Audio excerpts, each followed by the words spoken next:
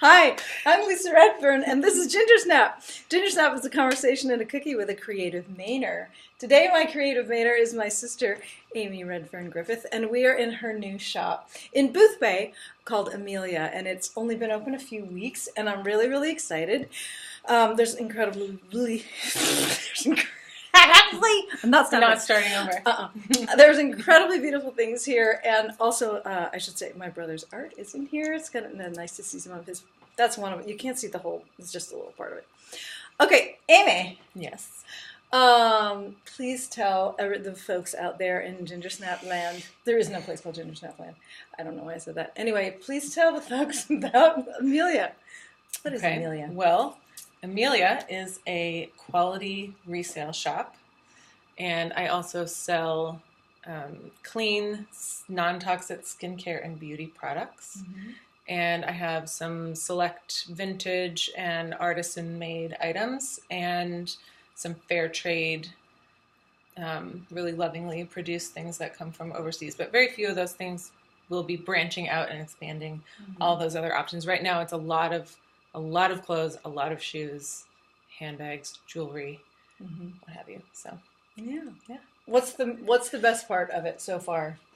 What's the most fun piece of all this? The most fun piece is helping someone find something they love, and it's a really easy shift to see, because someone's face when they put on a dress or a top or a pair of pants that makes them feel amazing, their whole demeanor, their whole face completely changes. And that, for me, that kind of, I don't know if I want to call it alchemy, but it's like this moment where all the energy changes and someone becomes like the best of themselves and I think it's just recognizing it isn't necessarily the piece of clothing, but it's like a feeling mixed with this object that creates this kind of magical moment.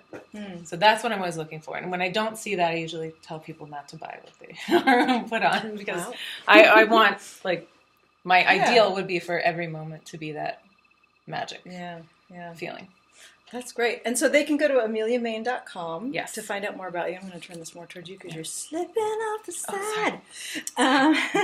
And if they want to call you, if they have a closet that's crazy packed like mine, because I hold on to things because I find excuses to hold on to things like, hey, I have all these different day jobs, and I'm a musician, and I have to do this and that, blah, blah, blah. So I have to hang on to all this stuff, and you come in and say, there's too much stuff, and you don't wear half of those things. So correct. You will go in and... Yes, so I love to clean out people's closets. It is one of my favorite activities. And she's good at it. Yeah, I'm good at it. I am.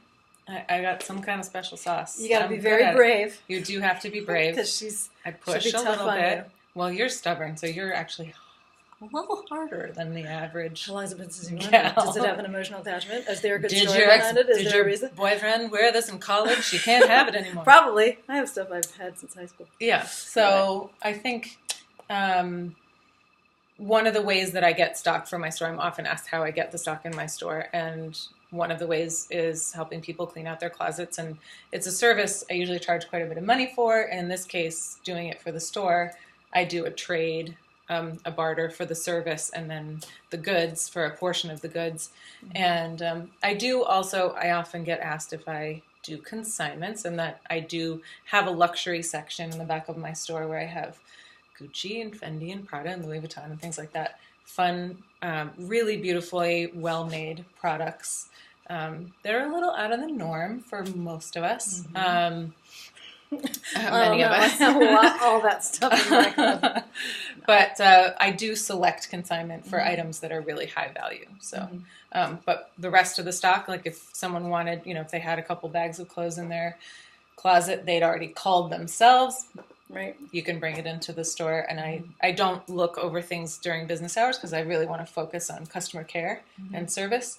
But yeah, I do buy those items outright, and then I like to just know people get their cash and they leave, and I have stock, and it's great. That's great.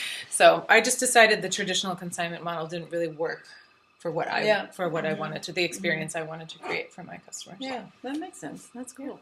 I get most of my clothes from this French company called Goodwill. Goodwill. Yes.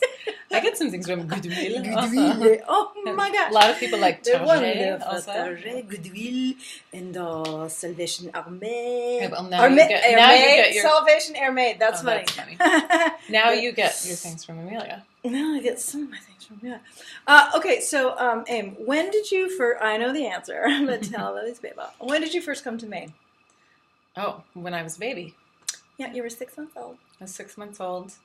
And so technically not a native Mainer. The international symbol for you weren't born here, you're not native. Although I grew up in Searsport and then Camden.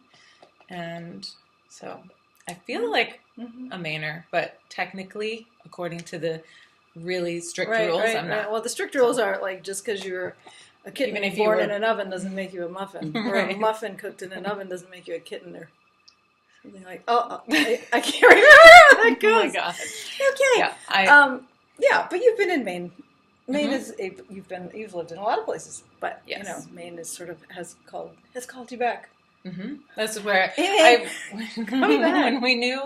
when my husband and I wanted to have a family, we knew that we wanted to raise our kids in Maine because I had really had an amazing childhood in Searsport, and it felt like we knew Maine was a place where we might be able to recapture a little bit of that energy of just having peace and nature and some wildness in our kids' lives. Yeah. So Aim, do you know your first word? And if you don't, I think I do. I don't know my first word. I don't know, but I'm younger than you are. Yes. So I was sort of counting on you, since the elders aren't available. Right. I was counting on you for a memory of that. I think it was probably Mama, but you said it's not. It was probably Mommy, Daddy, Mama, Papa, whatever. But the first word I remember Amy saying is Mazagine. She loved looking at magazines. So, still love looking at magazines. Mazagine. I guess I was into fashion even when I was little. Mazagine, yeah. Although we wouldn't have had like a subscription to fashion magazines or anything. No. But you just, I don't even know if we, what kind of magazines you were looking at. But I love books. I've always loved books, so it might have been. Yeah. Which will be a good segue soon. So my first word was cookie because I have a baby book that Mom wrote cookie in. So if you can find your baby book somewhere. I'm the third child. Does that exist? There was a baby book. There was? Yeah, I just don't know where it is. Okay, that brings us to... Those. Okay, these are from Frontier. So my first word was cookie, and so this is why one of the reasons we have cookies. And this is the... Go ahead. Amy was the one who was like, you're not going to eat the cookie. Like, Amy doesn't feel like you should eat on camera. Okay. But these have salt on them, so I'm going to eat them because there's salt. These are the salt chocolate chip from Frontier. So Frontier has a new cafe. If you haven't been there, in Brunswick, where Frontier is, they now have not just the restaurant, gallery, venue, etc. They also have, as you come in on the left, they have a beautiful little cafe that's open actually not just in the morning but most of the day. Their gluten-free muffins, oh my gosh. I had a great latte there. Well, then we use Speckled Axe coffee, which I love. I've never heard of that. But it's wood-fired beans. It's really good. Okay, so do you remember either a car in your childhood that you thought was really cool that if you could get back you would, or did you have a car in your youth that you thought was really cool that you'd get back if you could? Am I allowed to say both? No. Yeah. Okay, well... You could answer both. The first car I remember us having was an old Honda Civic. That is so not cool. Not cool. Dad bought a Volkswagen camper van that was like his dream car. Yeah. And then we had a really unfortunate week on the way home from Maine back to St. Louis because our parents taught school in St. Louis and we spent the summers in Maine. We got stuck in Utica, New York with a bad part. No, it was just Mom and Dad and me. And I had my pet guinea pig. Whoever let me do that, that was a bad choice. But the pet guinea pig, the dog, 2 dogs maybe even, and a cat in the van, stuck for a week in Utica, New York, while we waited for a cart. This story. So yes. I think I love the idea of a camper van. Mm-hmm. I don't think I would get that exact one back, but I loved the camper van. So I had a great memory on the way back from that. Once we were through the car repair issue, right? We camped by this lake somewhere in Ohio, I think, and I just remember lying up with Dad up on the top of the in the pop-up camper part, and just looking out, like looking at the stars and the fireflies, and it was really a really lovely memory. All right, moving on to books. Amy also is a really wonderful writer, and so you love books. And so, if you were to narrow down a couple of books that you recommend often, if you had to narrow it down. It's funny because someone just did that Facebook challenge with me, like 6 days I have to recommend my favorite book. So I was actually thinking about this today, which is funny. Well, I love Anne Lamott. I love Bird by Bird. It's a great book about writing. It's a wonderful book about just life and creativity. Yeah. That was one of my favorites. I was always a big fan of Annie Dillard. Pilgrim at Tinker Creek. It was sort of a magical entree for me into literature and the natural world as a combination. I also really loved, I really, really enjoyed, an author friend of mine recommended a book that I think kind of flew under the radar, but I recommend it all the time. And it's a book about elephants called The White Bone by an author named Barbara Gowdy. And it was just a magical book, just absolutely heartbreaking and beautiful, and one of those books where you're like learning something, you have this deep emotional journey, and then the writing was just clear and beautiful. And then I think there's one book I read on a consistent basis, and that's Mary Oliver's New and Selected Poems. It's like a part of my spiritual practice. Those are good suggestions. All right, albums in your generation, it would be CDs. Are there collections of songs or CDs that you come back to again and again? Well, yes, because I had an older brother and sister who were not going to allow me to be to listen to the musical garbage of my generation. So we saved you from the 80s. Well, they would take away my New Kid on the Block tapes and be like, you don't listen to this. You listen to Joni Mitchell Blue. This is what we listen to. If you want to be part of this family, you listen to Elton John, you listen to Pink Floyd, Dark Side of the Moon, Tom Petty, or more importantly, Neil Young. Yeah. We ushered you into coolness, I think. Kept you away from all of that. I can't say I can't. I would have had a really deep relationship with Debbie Gibson if it hadn't been for you and Scott. So I saved you from Debbie Gibson. I'm not gonna lie. There was, she still loved Debbie Gibson. I didn't. I know that's not true. Actually, I really liked.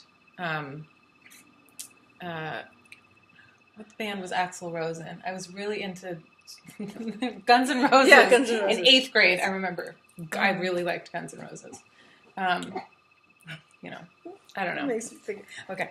All right. So yes, I would say the actual distilled answer to your question is Joni Mitchell's album Blue. I think which is so great because when I narrow down my 5 or 10 and most singer-songwriters who I know, not just and women in general in my generation, that's like a total touchstone album. So I love that it's also 11 years later in your. You're not a different generation than I am, but you're a different decade.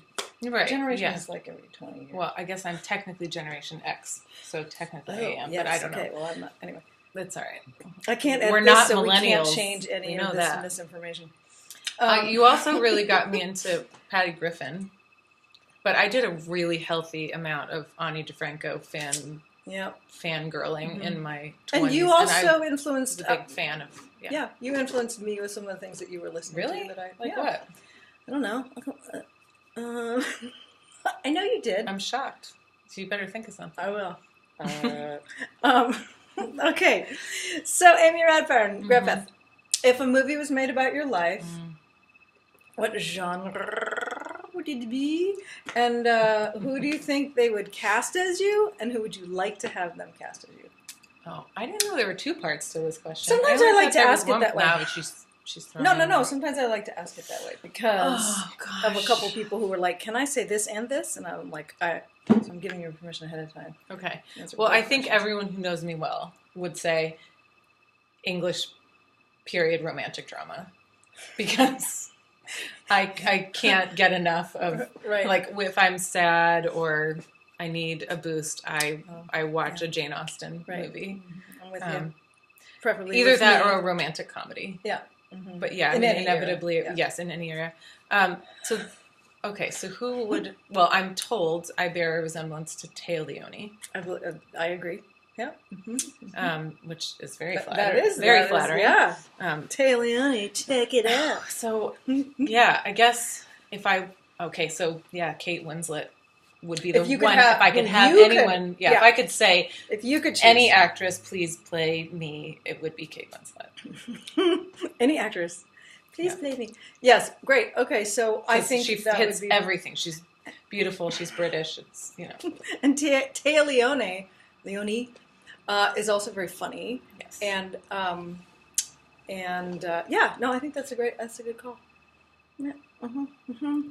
And Téa Leoni, I don't know that I like to say her name. She hasn't been. I don't know that she's been in any like British period thing. I don't think she can do a British accent. No. I wasn't suggesting she should do the British. I was saying if like a romantic comedy, I would choose Téa Leoni. Okay. If it was a British that was the romantic, that was the nuance that went right. Yeah, I would choose Kate Winslet. Okay. I'm not, as you know, not a fan of American actresses playing British women because there's so many fantastic British actresses. There are, and they need to be considered first. But there are a few people who can really pull it off. We agreed. Gwyneth did okay with. You can have your beef with Gwyneth Paltrow out there in the world, people, but there is no American actress who can pull off a flawless English accent like Gwyneth Paltrow. She did a pretty good job. She's been in a lot. Might get some comments in the comments. Yeah, with what's going on in the world, I'm pretty sure the heat is going to come on about this Gingersnap and this conversation. Okay, so Aim, I want you. So if people want to come and see you, you are at 473 Wiscasset Road, which is 127, which is just 27, Route 27. Sorry, which is 27, heading into Booth Bay. Yes. But if they want to call you, again, I just want to repeat that if they want to get in touch with you, the best way to reach you is to email you or to call you, right? Correct. So my phone number is 207-350-1696. And my email is helloameliamain@gmail.com. Mm-hmm. Awesome. And the website, again, ameliamain.com. Right. I'm also on Instagram at Amelia_Main.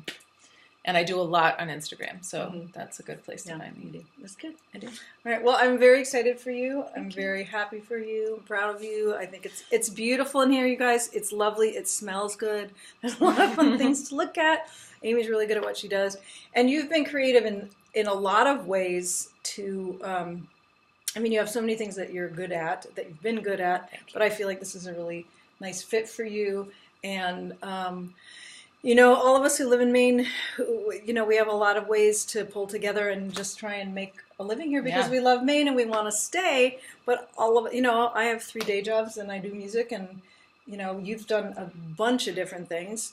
And the kudos goes out to all of you and us who are trying to pull together a living staying in Maine, which is a place we love.